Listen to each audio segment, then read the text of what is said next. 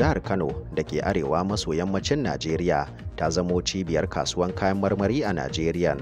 Tun bayan fara saro kayan marmari da jagoran jar hula ya yi a ƙasar, kayan marmari na ta samun sabbin dillalai da 'yan sari, musamman ma a ciki da kewayen Kano. Sai dai wasu 'yan sari sun fara korafin ana musu cushe da rubabbu a ƙasan kwandon sarin, abinda kuma ya sa suka fara canza kasuwa zuwa na tsintsiya a jihar.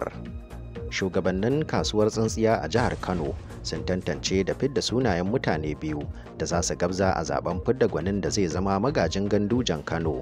Ga dai fasarar rahoton jami'in boye a garin Kano. Gwamna Ganduje dai ya saka kwansa a kwandon jagororin inconclusive, abinda wasu ke ganin kokari ne na biyan bashin ko da tsiya da aka yi a 2019. Su kuma matasan 'yan fawa, kwamitin dattijan Kano da kungiyar ci gaban jama'an sharaɗan Kano sun hada kuɗi sun saya wa honorable Sha'aban Sharaɗa tikitin takarar gwamna, sun kuma ce tilas ya tsaya don nuna iko da kuma lokacin matasa a madafin iko yayi a jihar.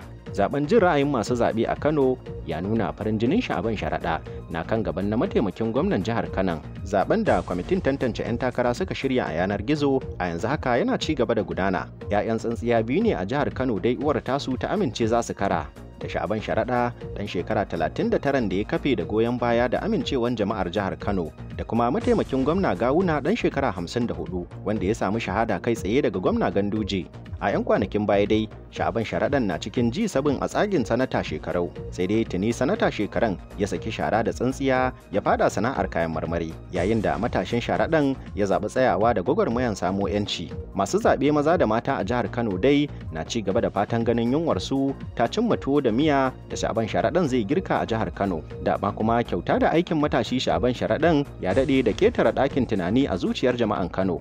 Ko a watannin baya an ga yadda yake ta keta cikin garin Kano da sabbin titunan mota, kuma burinsa ne dama idan ya zama gwamna na batar da ƙasa da ƙura a kowane lungu cikin garin Kano.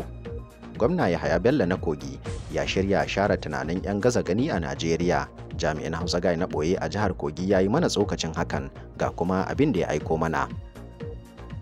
Dan Adoza na Kogi ya fara siyasarsa ne da shammatan 'yan aƙidar siyasar Ubangida, inda da haɗin kan matasa maza da mata ya sami nasarar samun tikitin takarar kujerar gwamna a jihar Kogi, kuma alaƙar hanta da jini tsakaninsa da matasa ya sa ɗan Bellon ƙara lashe zaben zama gwamna a karo na biyu a jihar. Yahaya Bello ya faro ne da zama gwamna mafi ƙarancin shekaru a Najeriya, kuma aka yi ta kalaman ba zai iya mulki a jiha irin ta Kogi ba, musamman saboda ba shi da gidan zuwa ɗaukar umarni a wajen masu ganin suke da jihar. A watannin shekaransa na farko, Dan Bellon ya gano ashe asusu guda ake sake kuɗin jihar duk sadda suka zo daga Abuja, a kuma saki bakin asusun kuɗaɗen su sirare aljihun wasu 'yan tsiraru a jihar, wai duk da sunan an biya albashi. Haka jihar ta yi ta zama ba aikin fari sai dai na bakin da ake gabzawa. Datsa wannan ciwar kansan da ya a jihar Kogi sai masu morewa akan haka suka kufula, suka kuma fara ɗaukar nauyin yada cewa ai Dan Bellon makiyin ma'aikata ne a jihar. A wani ganawa da jami'in Hausa Gai da ya yi tun kafin su zabga masa sa'ali, sai gwamnan ya yi wub ya ce da su,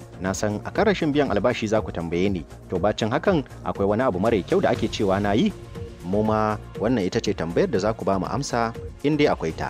Kuma iya labaran kenan, sai an jima.